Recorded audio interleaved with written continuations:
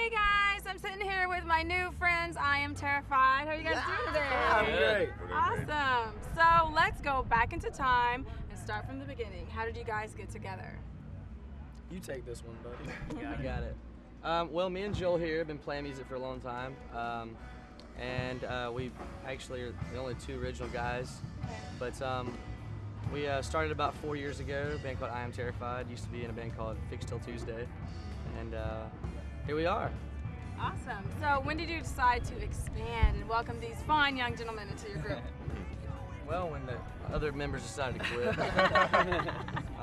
Good answer. Well, it was all not by default or something. There's always a purpose for stuff. But picked old Brandon up here about 3 years ago. Matt's been with us for a little over a year. Yeah, and Logan's been with us almost a year. Oh yeah. Yay! Anniversary's coming up. You guys have to do something fun and special. So how did you get the name I Am Terrified? Where did that come from? Job 23:15. Out of the Bible. Awesome.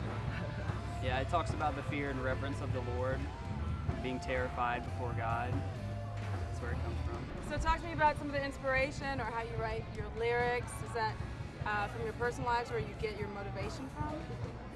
Yeah, a lot of it has to do with like life influential and stuff, and you know, it's kind of like worshipful music. You know, we get a lot of our lyrics out of hymns and stuff like that, and it's kind of a collaboration of just a bunch of different stuff put together to make one thing. So you guys listen to a lot of metal music growing up? He still does. Yeah. He does. Yeah. All the time. I listen to like soft poppy girly music, Bubblegum. bubblegum. So how do you feel the Christian music industry has accepted more metal music? It's great. I love it. Yeah? Yeah, it's nice kind of blowing some kids' minds sometimes because they're not really used to it yet. A lot of the audience isn't used to it, but Okay. when they see it, they're like, oh wow, I can relate to this.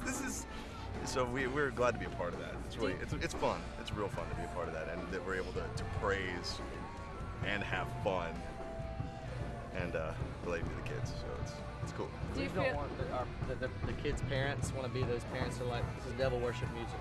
Yeah. right? So how do you rebuttal that? If someone listens to your music and they immediately think, oh my gosh, this can't be positive, this can't be Christian, Sometimes you can't until they change their mind. really start to listen to what's going on. That's what they have to is listen. And if they choose to accept it or not, you know, that's their decision. I think it just But can't be skinned deep. We're going to keep doing it. Right. You know, we believe in it. So how do you think the Christian music community has changed since you guys first started? I think metal's been, like you said, more accepted now, and it's getting a lot bigger, it seems like to me. A lot more popular. All the kids are kind of drawn into it. But that's kind of a bad thing too, because it's kind of coming the cliche thing to do, be a Christian. Yeah. Interesting. Yeah, Do you Christian. feel like for maybe someone who isn't familiar with your music that because of the style you may pull those who wouldn't originally listen to it into the Christian music? Yes, for sure. I mean, obviously, kids that like heavy music, Right. you know, be more prone to listen to heavy music, even if it was Christian. So you guys are I think you do touring too. now, right? Right? Yeah? Yeah, we Are are. you having fun on the road? We love it. It's a learning experience. It's we have lots of stories. Right now we have a rental van because ours died in the mountains of North Carolina, I think. Did you guys get stuck there? Oh yeah. Yeah, we did. We had to. We actually had to ride with the band that we were with, so there was like 15 guys in a 15-passenger van. Wow. There were like But they two took out seats.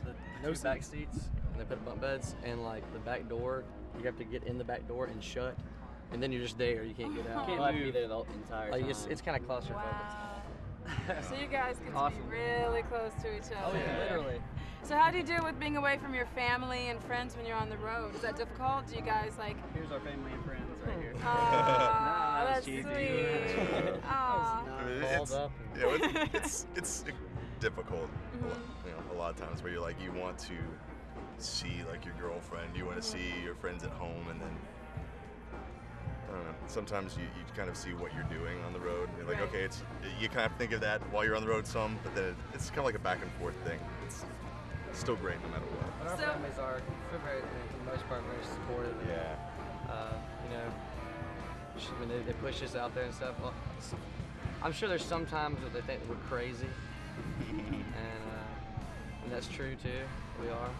But So tell me, how rewarding is this for you guys? Share some really special stories about how you've touched other people's lives, any amazing fan letters or anything like that on the road that you've experienced that tells you, you know what, this is all worth it.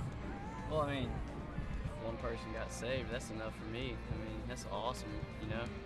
So, I mean, that's happened before a few times. it brings us like humbling too. It's Yeah. like, you know, we just know that we're called to do this, and you know, sometimes you, like you said, like on the road and stuff, you don't see the outcome or like the results, but then people send you like MySpace messages and thank you for all those. You guys are awesome, or just any kind of thing like that. It's like, hey, you know, I was you know, agnostic or just didn't believe in God and all this stuff, and you know, even just the fact that they could say like, you know, I'm still agnostic, but I respect you now. That plants a seed in people's lives, and we're all about that, planting seeds. So I found out that you guys do Self-Goatee Records, and you guys have some little things that are going on. What's this whole process been like for you while you're trying to figure things out? A lot of waiting, a lot of, I don't know, I wouldn't say stress. We're not really worried about it. Like, we know God's gonna have us no matter what. So we're just trying to keep our ears open. So you're leaning on your faith through everything that you guys do.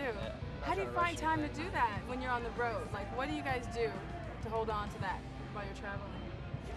Accountability, best friends with you. I mean, it's really you know, just knowing that you're gonna be okay because God's always been there. So I mean, like that's like something that everyone cliches kind of throws around, like God's, you know, always there, but like the truth is that, like, you know, I've never been without, and my God's always taking care of me, so I put my faith in that. So, and we do. We totally put our faith completely in that, to know that we're gonna be all right. You know. Fun. So what can we expect from you guys coming up in the future? When are you guys getting back in the studio? Do you know yet? Do you have some fun things that you're hoping to do in the next year? Well, we're writing new music right now. Mm-hmm. I don't know when we'll be in the studio or Okay. whatever. But yeah, we've got quite a few songs we're working on. So what do you use for your inspiration with writing your music? Usually just sit down and whatever comes out. But I think that we're going to have a whole lot of the soul-searching waiting period. Uh-huh. It's going to be like basically a catalyst for like, hey, you know what? That's something to write about. So there's plenty of stuff to be thankful for, and lots of stuff that's happening in our lives. So it'll be Sounds interesting. good. It'll be interesting. So I'm sure your fans can't wait. We can't wait either. And we look forward to see what's going to happen. We're stoked. Yeah. Well, thank you so much for hanging out with me, you guys. I really appreciate it. Thank you. Thank you.